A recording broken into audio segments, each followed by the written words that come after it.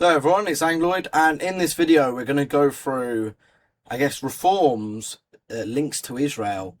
Britain first. Not Israel? Well,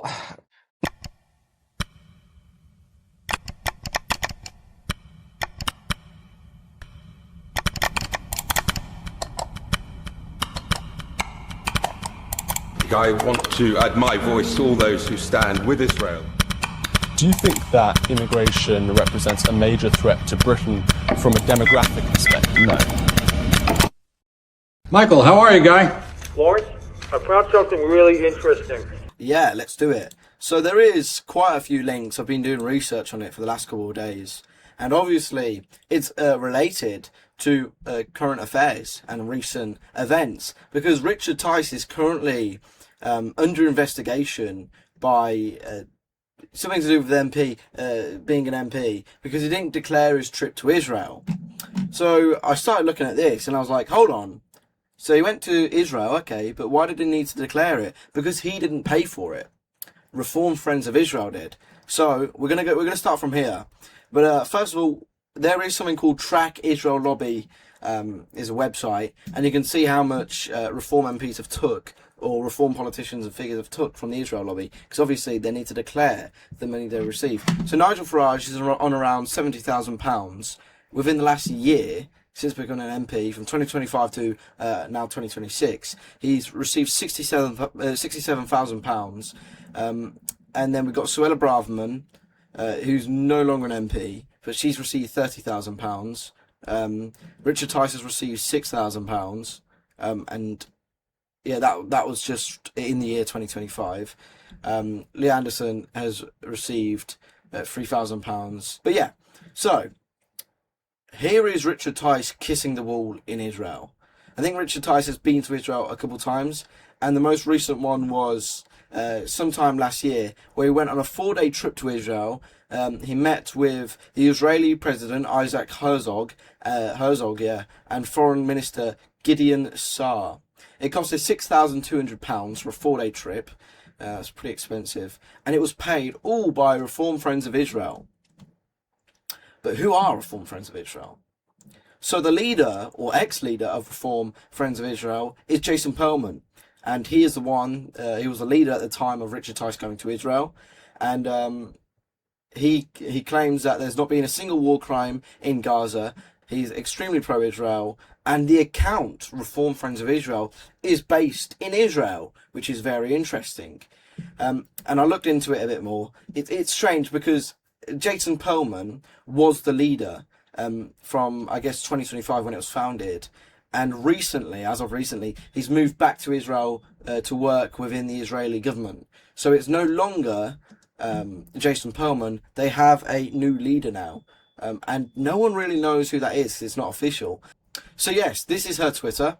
And as you can see, she's a lady. I know she lives in the UK. Her account is based in the UK, if I'm correct. Yes, United Kingdom. And yeah, Strategic Director of Reform Friends of Israel. But what was interesting recently is that she actually got into a bit of controversy. Oh, not really. She's just a huge Nigel Farage fan. But this was it. Hold on. She tweeted this, right? Yeah, tweet this, just bought this on eBay, so excited, XXX. Let's look at her search history, or what tab she's got open. She's got Goyd, Queen Elizabeth, fetish, giraffe for sale, I think that's pink something, and then she's got PH up. She's got Pornhub up. Like, what's going on here? Very unprofessional. I don't know why she's even tweeting that. And people were putting out in the comments, you got Callum, Steve, and she just doesn't care. She's just like, it's just not very professional. So Reform Friends of Israel is getting run by some deviants. And yeah, obviously this is the link. And I believe this actually might have been the start of Reform Friends of Israel, because there was a dinner where people had dinner with Nigel Farage and discussed Reform Friends of Israel within that dinner, and obviously from that, Reform Friends of Israel was born. But you might think, let's just make myself a bit bigger. Well, you might think that, well, Reform's already got a Reform Friends of Israel. The party is somewhat new. Well, it doesn't end there. Actually, there is another lobby group called Reform Jewish Alliance, and they had a conference a couple months back, and this is the new one. I'll put the I'm not sure if even they have an X account or a website. Oh, they do have a website, sorry. And it is essentially a lobby group, not just for Israel, but for just Jewish people in Britain. So for the interests of Jewish people, that is a lobby group within Reform. But again, you're not going to see a Christian lobby group within Reform. You're not going to see a Muslim lobby group, nor Sikh or Hindu. So very interesting why we have a Jewish lobby group. And two, Israel Friends of Israel is most definitely a Jewish lobby group. So this one is more specifically on, I guess, Jewish people in Britain and their interests. But obviously it's very pro-Israel as well. And let's do this. And this was launched with a conference within a synagogue, which included people like Robert Jenrick, who is obviously very pro-Israel. We'll go through that later. Nigel Farage, and a couple others. And the leader is someone who goes by the name Gary Mond. He actually left the Conservative Party last year after being a member for 47 years. He served on the advisory board of Conservative Friends of Israel and is a huge Zionist that often posts and speaks in defense of the state of Israel. The reason why he left the Conservative Party is because he believed the Conservative Party, the Tories, were anti-Semitic. He believed that someone within the party was allowing anti-Semitic tropes to be passed around and the party would do nothing about it. So he left. And he said he's been tweeting recently, and while in the Conservative Party, which they weren't happy about, is that this civilization is at war with Islam, and yeah, he's just very anti-Islam and very pro-Israel. So there is a common theme here that they've got two lobby groups, and also I think Reform Jewish Alliance was actually formed after a dinner with Nigel Farage.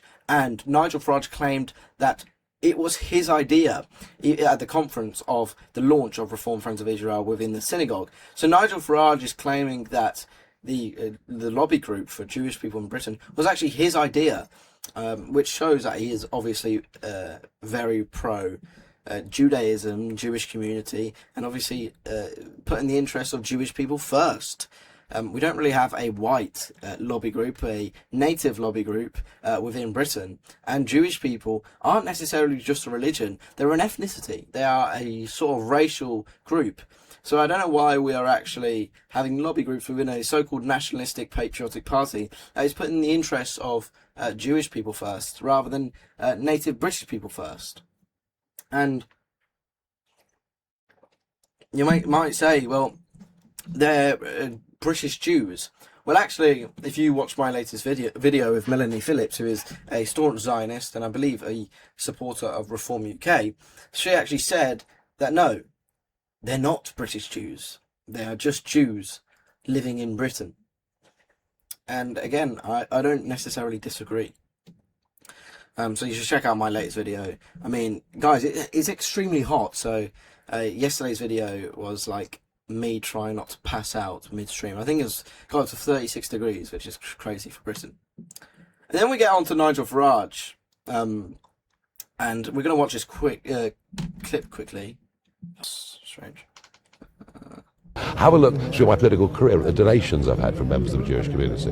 Have a look at my business career. Well, that is very interesting. And that was, I believe, when the Golders Green attack happened.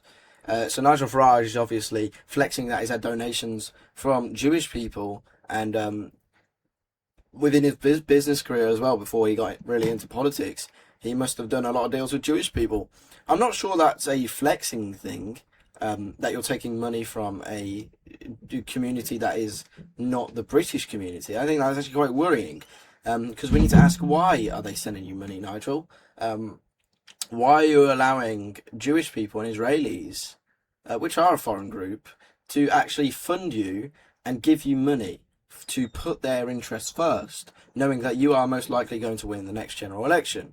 So that is very worrying, because why would we actually want, why would we want our politicians, our future Prime Minister, most likely, to be funded by foreign nations and foreign peoples.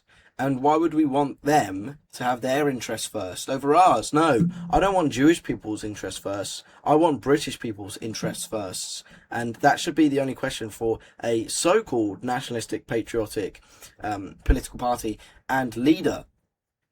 So yes, Nigel Farage is and has always been very pro-Israel. And even, I believe it was 3-4 months ago, when it was kicking off a bit with Iran, when I think the base in Cyprus got hit by a drone, and it wasn't even Iran, and Keir Starmer was called upon by the Trump administration and also Nigel Farage to strike Iran.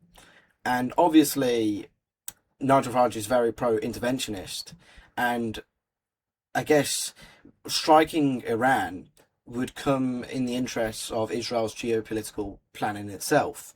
That's what they want the Western world to do. That's why they're lobbying the Trump administration so much, because they want to destroy Iran. They want to destabilize the Middle East, because that's their neighbors. They want their neighbors, who are completely different to them, I accept that, to be weaker so they have more control. This is kind of what happened with Iraq and certain other conflicts. So it plays in the interests of Israel's geopolitical plan. And again, Farage is a leader of Reform UK. So if you're asking how pro-Israel is he? Well, he's allowed Reform Friends of Israel and also Reform Jewish Alliance to be formed. And he even says that it was his idea to form one of the groups, Reform Jewish Alliance. So yeah, this guy is most definitely very pro-Israel, and he is the leader of the party. So Nigel Farage is also obviously was at the launch of Reform Jewish Alliance within a synagogue, and he was also met with the president of Israel, Isaac Herzog.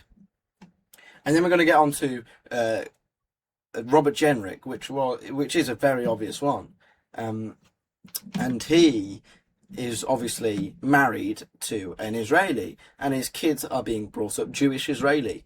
So very interesting. And Robert Jenrick has been to Israel publicly 3 times, probably more, and 2 of them times have been paid by the Conservative Friends of Israel.